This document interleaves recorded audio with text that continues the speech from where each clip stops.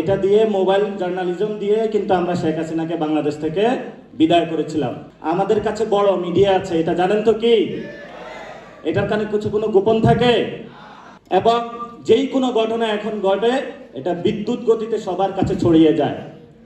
এই জন্য যারা মিডিয়া ভাইরা রয়েছেন, আল্লাহর রাস্তায় আপনাদের কাছে অনুরোধ, আপনারা তো করেন না, আপনাদের যারা মালিক পক্ষ রয়েছে, যারা জীবন আকাম কুকাম সন্ত্রাসী চাঁদাবাজি দুর্নীতি করে টাকা ইনকাম করেছে, এখন তাদের শখ হয়েছে যে বাড়ির সামনে হলো একটা দারোয়ান রাখা, সেই জন্য তারা একটা মিডিয়া এজেন্সি খুলে দেয়। তো এই যদি হয় মিডিয়া ইন্ডাস্ট্রি বাংলাদেশে, তাহলে বাংলাদেশের ভবিষ্যৎ, যেটা আমরা সংবিধানের স্বীকৃত বিষয় অনুযায়ী যে ফ্রিডম, প্রেস ফ্রিডম, সেটা তো বাংলাদেশ অনেক তলানিতে আছে।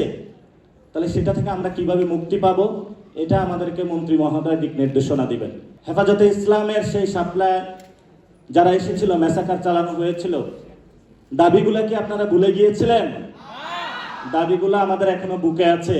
কোথায় আছে এই দাবিগুলো? আমরা বাংলাদেশে যতদিন থাকবো, পাঞ্জাবের জগতে একটি বিশ্বস্ত নাম শাবাব এথনিক ওয়্যার, ততদিন আমরা ইনশাআল্লাহ ইসলাম এবং বাংলাদেশের সার্বভৌমত্বের জন্য অতন্দ্র প্রহরী হিসেবে কাজ করব ইনশাআল্লাহ।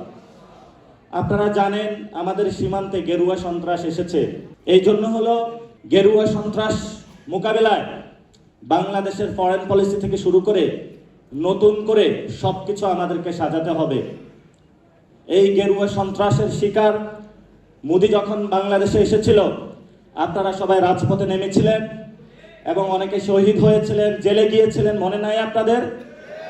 সেই ভাইয়ের কথা যদি মনে থাকে, রক্তের উপরে দাঁড়িয়ে হলেও যদি বাংলাদেশে কোনো গেরুয়া সন্ত্রাসের একটু ছিটেফোঁটা আসার চেষ্টা করা হয়, আমরা রক্ত দিয়ে ইনশাআল্লাহ প্রতিরোধ করব তাদেরকে। সে আহ্বান রেখে আমি আমার কথা শেষ করছি। দোয়া করবেন, ভালোবাসা থাকবে, আপনাদের মধ্যে জায়গা দিবেন, আপনাদের বাসায় দাওয়াত দিবেন, মাদ্রাসা দাওয়াত দিবেন, আসবো যাব, আপনাদের সাথে ঘুমাবো থাকবো ইনশাআল্লাহ। তবে গেরুয়া সন্ত্রাস বাংলাদেশে আমরা কায়েম হতে দিব না ইনশাআল্লাহ। আসসালামু আলাইকুম ওয়া রাহমাতুল্লাহি ওয়া বারাকাতুহু।